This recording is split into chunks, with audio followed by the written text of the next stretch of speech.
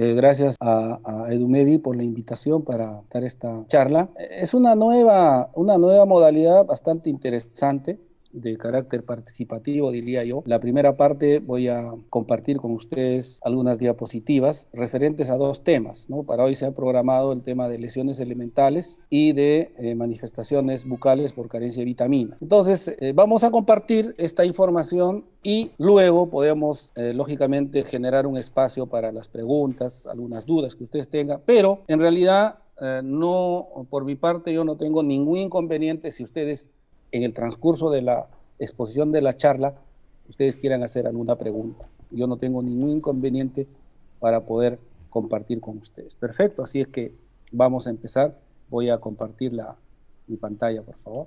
Listo, muy bien, vamos a empezar hoy con dos temas de medicina bucal y luego la siguiente charla sobre temas de patología bucal. Vamos a hablar sobre este primer tema de lesiones primarias y secundarias, que es la clasificación más utilizada de las lesiones elementales, ¿ya? Es la más utilizada. Ahora, este tema de lesiones elementales, digamos que está adaptado, o sea, no es un tema específico y exclusivo de mucosa bucal o de cavidad bucal, ¿no? Sino es un tema que está adaptado de dermatología, o sea, las lesiones elementales se han clasificado así desde un primer momento y lo han hecho pues los dermatólogos. Entonces, lógicamente que un poquito que en medicina bucal se ha tratado un poquito de adaptar hacia la característica que pueden presentar estas lesiones a nivel de mucosa bucal. Entonces diríamos que las lesiones elementales, primarias y secundarias, se van a presentar tanto en piel como en mucosas, ¿no? Y en este caso en mucosa bucal. Esta clasificación de lesiones elementales,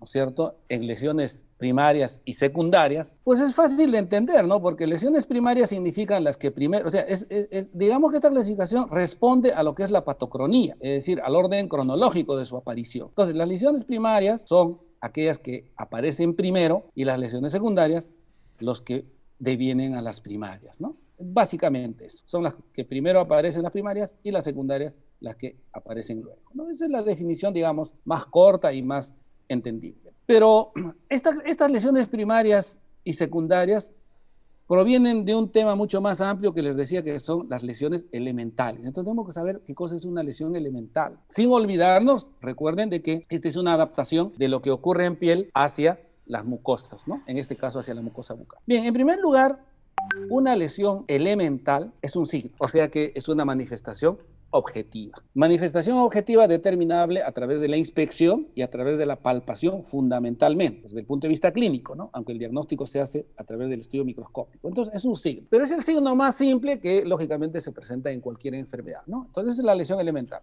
un signo. Otra cosa que hay que recordar cuando hacemos el análisis de las lesiones elementales es que una lesión elemental no siempre es exclusivamente bucal, o sea, una lesión elemental no siempre se presenta pues en forma localizada o en forma aislada, en este caso en la cavidad bucal. Quiere decir de que una lesión elemental en boca puede ser manifestación de una enfermedad sistémica. Por eso es importante que cuando nosotros observamos una lesión elemental en cavidad bucal, tenemos que ir pensando de que esto podría ser una manifestación de una enfermedad generalizada o sistémica. Es decir, que podría ser de que estas u otras lesiones se estén presentando como parte de la enfermedad en otros lugares, en otras zonas, en otro, digamos, del organismo del paciente. Si ustedes observan una lesión elemental en boca, no piensen de que eso es exclusivamente y solo de la boca.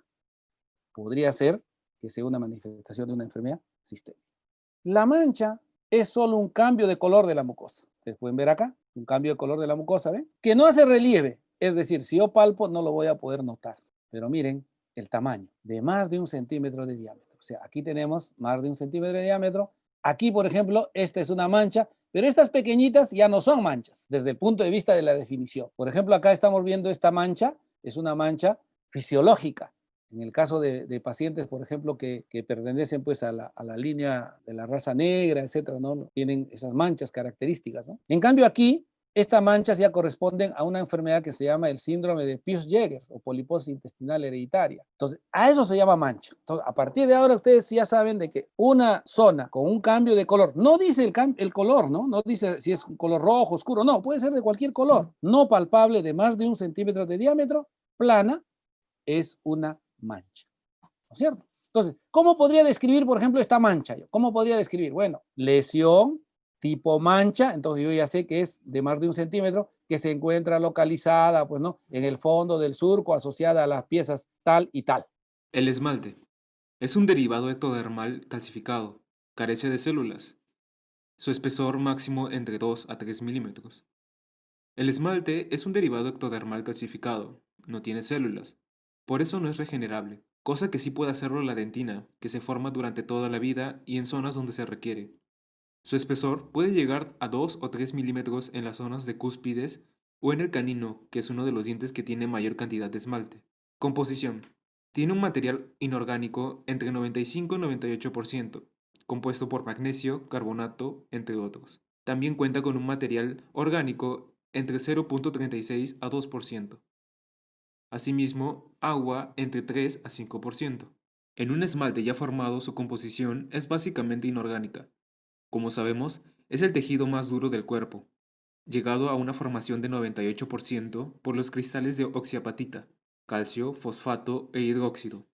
Tiene impurezas, tiene algo de proteínas. Estas proteínas no son colágenas. La que encontramos en el esmalte ya maduro se llama enamelina. En el esmalte en formación hay otra proteína que está ahí, que es la amelogelina. Son las dos proteínas más importantes del esmalte. Hay otras como la parvalbulmina, que se ubica dentro del ameloblasto, o la tuftelina, que es la que inicia el proceso de mineralización. Unidad estructural primaria. Ahora tenemos la unidad estructural primaria del esmalte, que son justamente las prismas del esmalte. Son estructuras, como la señalada en azul, que también reciben el nombre de varillas. Hay de 5 a 12 millones dependiendo del diente si es un incisivo o una molar. Su diámetro varía entre 4 a 10 micras. El diámetro se mide en la cabeza del prisma, que parece como una raqueta de tenis. Dentro de este prisma hay, vamos a ponerlo así, millones de ladrillos pequeños. Esos puntos son los cristales de oxiapatita. Entonces, imaginemos que el prisma de esmalte es como un edificio conformado por millones de ladrillos, y millones de prismas forman el esmalte de un diente.